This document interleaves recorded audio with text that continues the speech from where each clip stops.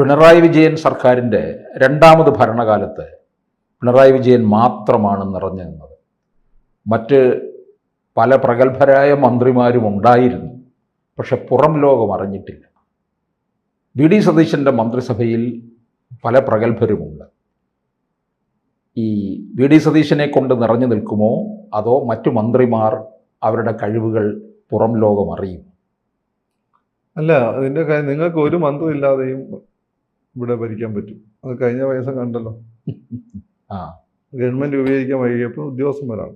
അപ്പോൾ നമ്മളവിടെ ഇരിക്കുന്ന ഇരുന്നിരുന്ന പല മന്ത്രിമാരും പ്രത്യേക കഴിവുള്ള ആളുകളൊന്നല്ല. ഒരു ബസ്സിന് കല്ലൊക്കെ എറിഞ്ഞ് രാഷ്ട്രീയക്കാരായി സാമുദായിക പരിഗണനേൻ്റെ പുറത്തൊക്കെ അല്ലെങ്കിൽ ഏതെങ്കിലും നേതാവിൻ്റെ പെറ്റുമൊക്കെയായി അല്ലെങ്കിൽ ആരെ ഒതുക്കാൻ വേണ്ടി ഇതൊക്കെ അവിടെ എത്തി. പിന്നെ സ്റ്റാഫിൽ ചിലപ്പോൾ വീരമുള്ള ഒന്നോരാണ്. CPM ആണെങ്കിൽ സ്റ്റാഫിൽ കുറച്ച് വീരമുള്ള ആളുകളെ കൊടുക്കും. അങ്ങനെയാണ് സിസ്റ്റം ഓടിച്ചുകൊണ്ട് പോകുന്നത്. ബാക്കി ഉദ്യോഗസ്ഥന്മാരാണ് ഭരിക്കുന്നത്. അബ്രാഹിം പോലുള്ള ഉദ്യോഗസ്ഥന്മാരാണ് ഭരിക്കുന്നത്. അതിനിടയ്ക്ക് പൊതു ഭരണ വൈദഗ്ധ്യം പ്രകടിപ്പിക്കുന്ന ചില ആളുകളുണ്ടാവുന്നു. ഇപ്പോൾ KM മാണി സാർ, അതുപോലെ അനൂപിൻ്റെ അച്ഛൻ Jacob sir, K Karunakaran, Oommen Chandy sir, ഇവർക്കൊക്കെ ഈ ഫയലുകൾ എങ്ങനെ നീങ്ങുന്നു കാര്യങ്ങൾ അറിയാമായിരുന്നു. അങ്ങനെ അറിയാവുന്ന ഒരാളാണ് വി.ഡി. സതീശൻ. വി.ഡി. സതീശൻ ഭരണപരിധി ഇല്ലെങ്കിൽ പോലും ഇതിൻ്റെ ഒരു പോക്കും കാര്യങ്ങളും അറിയാം. അയാൾക്ക് ആവശ്യത്തിന് മനസ്സിലാക്കി കൊടുക്കാനുള്ള സംവിധാനമുണ്ട്. അപ്പോൾ ഇതിൽ പല ആളുകൾക്ക് വന്നിട്ടുള്ള പല ആളുകൾക്കും പരിധി. കുഞ്ഞാലിക്കുട്ടി സാഹിബിൻ്റെ ഒരു ഫയൽ എങ്ങനെ നന്നായി കൊണ്ടുപോകണം എന്ന് പറയും. ഒരുപക്ഷെ ഈ മന്ത്രിസഭയിൽ ഏറ്റവും നല്ല മന്ത്രിയാകുമെന്ന് അദ്ദേഹം തന്നെ ആയിരിക്കും. കുഞ്ഞാലിക്കുട്ടിയായിരിക്കും. K. മുരളീധരനോ? K. മുരളീധരൻ അദ്ദേഹത്തിന് അറിയാം. പിന്നെ രണ്ട് പ്രധാനപ്പെട്ട വകുപ്പുകളാണ്. K. മുരളീധരൻ അദ്ദേഹത്തെ ഈ ഫയലിൻ്റെ നീക്കവും ഓരോ ഫയൽ എടുക്കുന്ന തീരുമാനങ്ങളുടെ സ്വഭാവം ഇത് അറിഞ്ഞിരിക്കണം. അല്ലാണ്ട് പണ്ട് എൻ്റെ എക്സൈസ് മന്ത്രി അഴിമതി നടത്താൻ വേണ്ടി ഫയൽ എഴുതി കൊടുത്തിരുന്നു. അതേപോലുള്ള സംഭവം ഉണ്ടാക്കാം. CS ആയിരുന്നു, വിജിലൻസ് കേസൊക്കെ നേരിട്ടെ. പേര് ഞാൻ പറയാത്തതുകൊണ്ട്. കരുണാൻ്റെ മിനിസ്ട്രി ഉണ്ടായിരുന്നു. ഇപ്പം പിണറായിൻ്റെ മിനിസ്ട്രി തന്നെയാണ് ബാലഗോപാലാണ് സിസ്റ്റത്തെ മുന്നോട്ട് കൊണ്ടുവരുന്നത്. ബാലൻ പിന്നെ അങ്ങനെ പറഞ്ഞു നടക്കില്ല. ബാലഗോപാലാണ് മാനേജ് ചെയ്തുകൊണ്ടിരിക്കുന്നത്. പിണറായി പോലും നല്ല അഡ്മിനിസ്ട്രേറ്ററായിട്ട് ഇൻ ദ സെൻസ് ഈ ഫയലുകൾ നീക്കുന്നതിൽ അഡ്മിനിസ്ട്രേറ്ററായി എനിക്ക് തോന്നിയിട്ടില്ല. അദ്ദേഹം കാര്യങ്ങൾ നടത്തിച്ചെടുക്കാൻ കൊടുക്കാനാണ്. പക്ഷെ ഫയലുകൾ നീക്കുന്ന കാര്യങ്ങളിൽ മാണി സാറിനുണ്ടായിരുന്ന വൈദഗ്ധ്യത ഉണ്ടായിരുന്ന എനിക്ക് തോന്നിയിട്ടില്ല. പക്ഷെ അദ്ദേഹം കാര്യങ്ങൾ നടത്തിച്ചെടുക്കുന്നു ഏതെങ്കിലും വഴി. അതാണ് അദ്ദേഹത്തിൻ്റെ പ്രത്യേകത. ഈ കൂട്ടത്തിൽ ഞാൻ മനസ്സിലാക്കിയെടുത്തോളം വേറൊരാൾ ഏറ്റവും കൂടുതൽ പെർഫോം ചെയ്യാൻ സാധ്യതയുള്ള ഒരാൾ ഈ റോജി എം ജോണാണ്. ആദ്യമായിട്ട് മന്ത്രിയാകും. റോജി ഒരു അണ്ടർഡോഗാണ്. ഞാൻ പറഞ്ഞില്ലേ, JNU പ്രൊഡക്റ്റാണ്. അതുകൊണ്ട് മാത്രമല്ല, അവൻ അപ്പോൾ അണ്ടർഡോഗാണ്. അണ്ടർഡോഗ് എന്ന് വെച്ചാൽ ആരെയും ശ്രദ്ധയപ്പെടാതെ ഞാനൊരു പാവം ഈ സൈഡിൽ കൂടെ എന്ന് വിചാരിക്കും. പക്ഷേ ചെയ്യേണ്ടതെല്ലാം എത്തേണ്ടടുത്തെല്ലാം എത്തുകയും ചെയ്യും. ഇപ്പം JNU റോജീനെക്കാട്ടും വലിയ സംഭവം ഈ മാത്യു കോലനാടനായിരുന്നു. മാത്യു കോലനാട് അന്ന് എല്ലാവർക്കും അറിയാം. റോജീനെ അങ്ങനെ എല്ലാവർക്കും അറിയില്ലല്ലോ. റോജീനെ ആർക്കും അവരെ പരിചയപ്പെടുത്തിയത് NSCI ദേശീയ എന്ന് പറഞ്ഞുകൊണ്ട് പരിചയപ്പെട്ടു. അപ്പം അതാണ് റോജി. അന്നോട്ട് ഇന്ന് നമുക്ക് റോജീനോട് ഇപ്പം റോജി MLA ആകുന്ന 3ാം തവണ ഇതുവരെ അവനെ പറ്റി ഒരു നെഗറ്റീവും കേട്ടിട്ടില്ല. റോജിയെ പറ്റി എന്തെങ്കിലും നെഗറ്റീവ് നിങ്ങൾ കേട്ടിട്ടുണ്ടോ? ആരെങ്കിലും വന്ന് കേട്ടിട്ടുണ്ടോ? ഇല്ല. കൺസിസ്റ്റൻ്റ് ആയിട്ട് വിജയിക്കുന്നുണ്ട് അവിടെ. റോജി ഏത് വിഷയത്തിലും അയാളെ ഒരു സ്ഥലത്ത് കൊണ്ട് ചിരുത്തി കഴിഞ്ഞാൽ അതിനോട് നീതി പുലർത്തുന്ന ഒരാളാണ്. പിന്നെ നല്ല വിദ്യാഭ്യാസമുണ്ട്, നല്ല ഡെപ്ത് ഉണ്ട് അങ്ങനെ. അതുകൊണ്ട് റോജി ചിലപ്പം ഒരു മികച്ച ഒരു മന്ത്രിയാണ് സാധ്യത. ഇതുവരെയുള്ള റോജിയുടെ ഒരു ഹിസ്റ്ററി എങ്ങനെയാണ്? ഒരു വിവാദവും ഇല്ല. അപ്പം മാണി സാറിനെ കൊണ്ട് വന്നത്. മാണി സാറിൻ്റെ അവസാനമല്ലൊരു വിവാദം വന്നത്. അതെ. അപ്പം ആ രീതിയിൽ എല്ലാവരും ഒരുമിച്ച് കൊണ്ടുപോകാൻ അറിയാം. അതുകൊണ്ട് റോജി ഈ ഒരു മന്ത്രിസഭയിലൊരു കറുത്ത കുതിരയായ അത്ഭുതപ്പെടുന്നു. നിങ്ങളൊന്നും നോക്കിയ രാഹുൽ ഗാന്ധി എന്നിട്ട് കൈ കൊടുത്താണ്ടിരുന്നു. അവിടെ റോജിയുടെ ഒരു ബന്ധവും ഡൽഹി ബന്ധമാണ്. ചില്ലറക്കാരിയല്ല അത്. ബാക്കി എല്ലാവരും ഈ പറഞ്ഞ രാഹുൽജി റോജി അങ്ങനെ പരിധി കൂടുതൽ ഇങ്ങനെ രാഹുൽജി എന്ന് വിളിക്കുന്ന ആളായിട്ടാണ് അധികം സംസാരിക്കില്ല. റോജി ചിലപ്പോൾ 5 വർഷം കൊണ്ട് ഇവോൾവ് ചെയ്ത് വരാൻ സാധ്യതയുണ്ട്. പിന്നെ ഷിബു ബേബി ജോണാണ്. അത് അച്ഛൻ്റെ ഒരു പാരമ്പര്യം ഉണ്ടല്ലോ. മുമ്പ് മന്ത്രിയായിരുന്നു.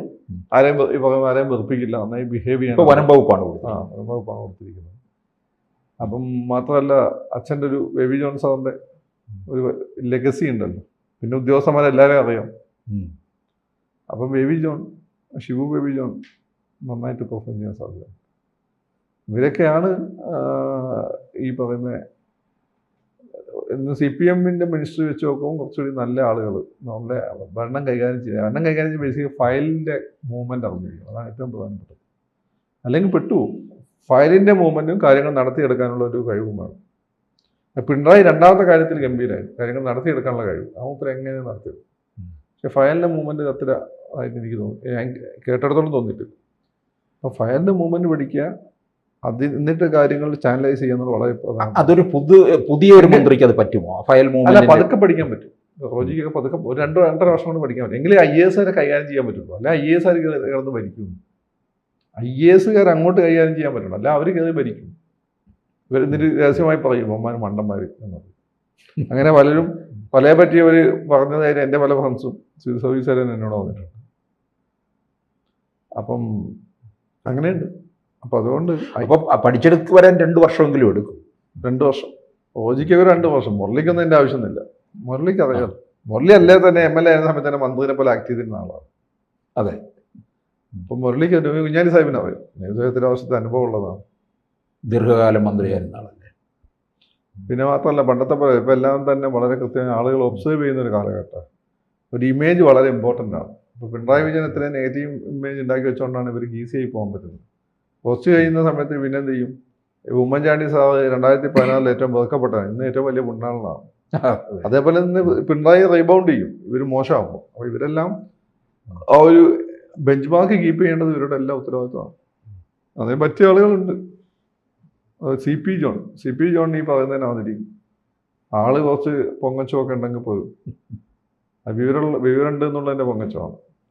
CP ജോണിന് കാര്യങ്ങൾ നിൽക്കാനാവും. CP ജോൺ ഏത് സമയത്ത് മന്ത്രിനെ പോലെ തന്നെ ആണല്ലോ. പ്ലാനിംഗ് ബോർഡിൽ ഉണ്ടായിരുന്നു. മാത്രമല്ല, അങ്ങനെ മൊത്തം ഇവിടെ കഴിയുമ്പോൾ നിങ്ങൾ ശ്രദ്ധിച്ചില്ല, അങ്ങനെ മന്ത്രിനെ പോലെ അധികാരം സഞ്ചരിക്കുന്ന ആളുകളെ പോലെ അങ്ങനെ ബിഹേവ് ചെയ്യുക. അതങ്ങനെയല്ല, അങ്ങനെ ജീനിൽ അത് ഉണ്ടാ സാധനം. അതുകൊണ്ടാണ് KSRTC പോലെ സംഭവം കൊടുത്തതെന്ന് എനിക്ക് തോന്നുന്നു. അങ്ങനെ ഒരാൾക്ക് അത് പറ്റുള്ളൂ. അത് അരമന്ത്രിയായിട്ടല്ല, മുഴുമന്ത്രിയായിട്ടല്ല. മുഴുമന്ത്രിയായിട്ടാണ് കൊടുത്തിരിക്കുന്നത്. പിന്നെ ഇയാള് മാണി സി കാപ്പന് ഈ പറഞ്ഞ പോലെ അയാൾക്ക് ബിസിനസ്സും കാര്യങ്ങളൊക്കെ ഉള്ളതാണ്. അയാൾക്ക് ഇതൊക്കെ നന്നായി പരിചയമുള്ളതാണ്. മാണി സി കാപ്പൻ നല്ല അഡ്മിനിസ്ട്രേറ്റർ ആവുകയായിരുന്നു. അങ്ങനെ പക്ഷേ 2.5 വർഷം കൊടുത്തു. ആളൊരു ബോൾഡാണ്, കാഴ്ചയിൽ തന്നെ. ബോൾഡ് മാത്രമല്ല, അങ്ങനെ എന്തൊക്കെ ബിസിനസ്സൊക്കെ ഉണ്ട്. ഈ ബിസിനസ്സുമായിട്ട് ബന്ധപ്പെട്ട ഫയലിൽ നിൽക്കുന്നവനും കാര്യങ്ങൾ ചെയ്യുന്നവനും നല്ല ഭരണാധികാരിയാകാൻ പറ്റും. ഇപ്പോൾ യൂറോപ്പിലൊക്കെ തന്നെ ഈ ഭരണാധികാരികൾ അധികം ബിസിനസ്സുകാരൊക്കെ നല്ല പ്രൊഫഷണൽസുമാണ്. കാരണം ഇവിടുത്തെ ഒരു കഴിവില്ലാത്തരം പിടിച്ചിട്ട് ആവുന്നതല്ല. അവിടെ പ്രൊഫഷണൽസ് ഒബാമയൊക്കെ നല്ല വക്കീലാണ്. അങ്ങനെയുള്ള അവർക്ക് ഈ സിസ്റ്റം എങ്ങനെ നീങ്ങുന്നു അവർക്കറിയാം. അതല്ലെങ്കിൽ അവർക്ക് പെട്ടെന്ന് പഠിച്ചെടുക്കാൻ പറ്റും. മറ്റവൻ 20 വർഷം മന്ത്രിയായി കഴിഞ്ഞാൽ IAS അടിമയായിരിക്കും. അത് ഇവരൊക്കെ IAS ഭയങ്കര പേടിയാണ്. കാരണം അവരാണ് കാര്യങ്ങൾ ചെയ്യുന്നത്. ഈ മിനിസ്ട്രി നമുക്ക് നോക്കുമ്പോൾ ശരിക്കും ഭരണം സ്വന്തം പേര് തന്നെ മന്ത്രിയായി നിൽക്കാൻ ശേഷിയുള്ള കുറച്ച് പേരുണ്ട്. കുഞ്ഞാലിക്കുട്ടി സാഹിബുണ്ട്, സതീശനുണ്ട്, ഷിബു ബേബി ജോണുണ്ട്, മുരളീധരനുണ്ട്, ഈ നമ്മുടെ ജോണുണ്ട്, പിന്നെ റോജി പിടിച്ച് കയറും. 5 വർഷം കഴിഞ്ഞ് ഒരു പക്ഷേ നിങ്ങൾ കണക്കെടുക്കുമ്പോൾ ഏറ്റവും കൂടുതൽ മാർക്ക് കൊടുക്കുന്ന റോജിക്കായിരിക്കും. കാരണം കുഴപ്പം പിടിച്ചൊരു വകുപ്പാണ് കൈ കിട്ടിയിരിക്കുന്നത്. എന്ത് തൊട്ടാലും ഉന്നത വിദ്യാഭ്യാസത്തിൽ പ്രശ്നമാണ്. അത് ഈ അധ്യാപകർ ഭയങ്കര ഈഗോ ഉള്ള ആളുകളാണ്. തിരിച്ചു കോളേജ് അധ്യാപകർ അവരുടെ വകുപ്പാണ് ഇങ്ങനെ കൈകാര്യം ചെയ്യുന്നത്. പിന്നെ അതിന് മുസ്ലിം ലീഗിനും സഭകൾക്കും NSS SNDP ഒക്കെ പ്രത്യേക താല്പര്യമുള്ള വകുപ്പാണ്. അപ്പോൾ എന്ന് വെച്ചാൽ ഈ ചൈന കടലിൽ വഞ്ചി കൊയ്യുന്ന പോലെ സ്രാവും ഉണ്ട്, ചുഴിയുണ്ട്, പാറയുണ്ട്. അതാണ് ചൈന കടൽ, ചൈന ഉൾക്കടൽ, ബേ ഓഫ് ചൈന. അതേപോലെ വകുപ്പാണ്, അതുപോലെ സാഹചര്യമാണ്. പക്ഷേ റോജി അത് സർവൈവ് ചെയ്യും. സോഫാ ഞാൻ റോജിയെ മനസ്സിലാക്കി